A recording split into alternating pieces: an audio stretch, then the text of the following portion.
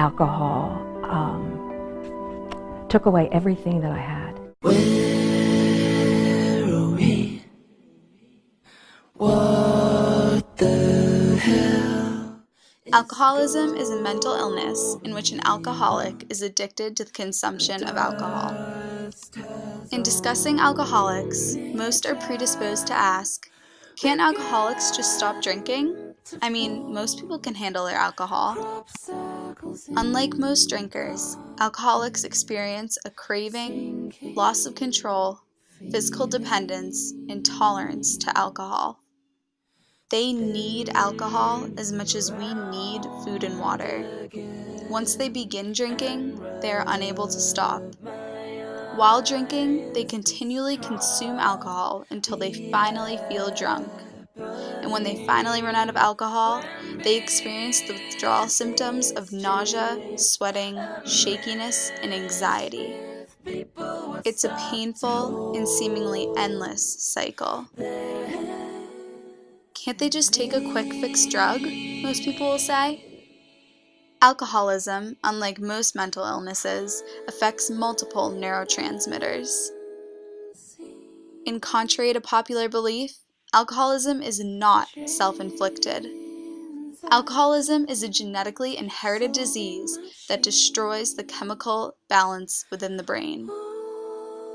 Out of the 66% of Americans that consume alcohol, 14% are crippled by this complicated mental disease.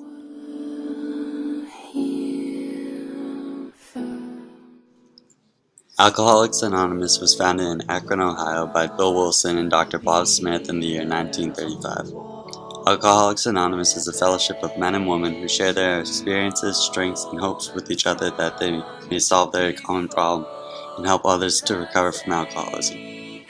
Alcoholics Anonymous has over 2 million members worldwide, and the only requirement for membership is the desire to stop drinking. The members have no dues or membership fees and run solely on contributions. Alcoholics Anonymous has no central authority and is run by the members itself that follow the 12 steps, which provide the framework of self-examination and the road to recovery free of alcohol.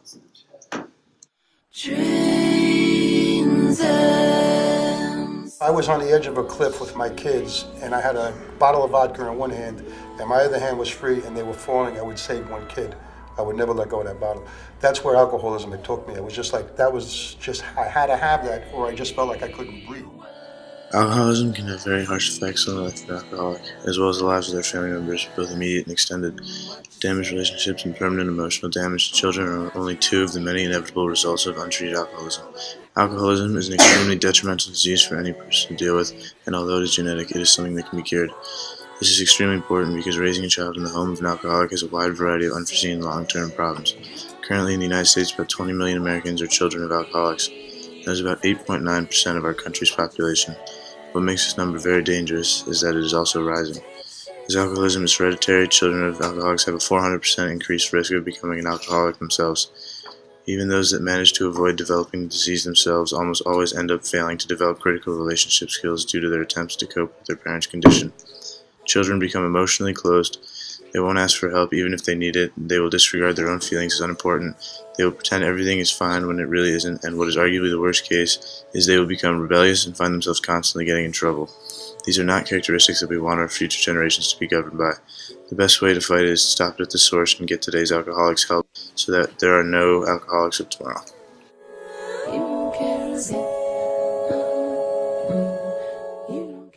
As stated by AA, the money generated by all the sources of income is spent to cover all the overhead expenses associated with running an office.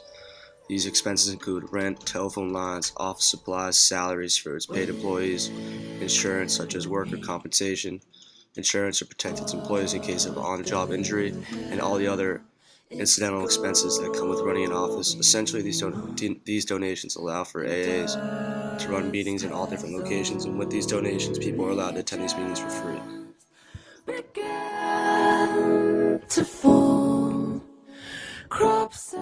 The Let's look at the financial situations of some other popular organizations. In 2011, Susan G. Komen received $235 million in donations. Salvation Army racked in $1.7 billion, and United Way topped the donation list, receiving $3.9 billion in donations. In the same year, the annual cost to run an AA group was $137. The average contribution per group, $97. AA, a self-supported organization that does not advertise their financial need, falls short in donations. So help these people in their commitment to self-improvement. Without our donation, their journey to a new life will be nothing more than a short-lived dream.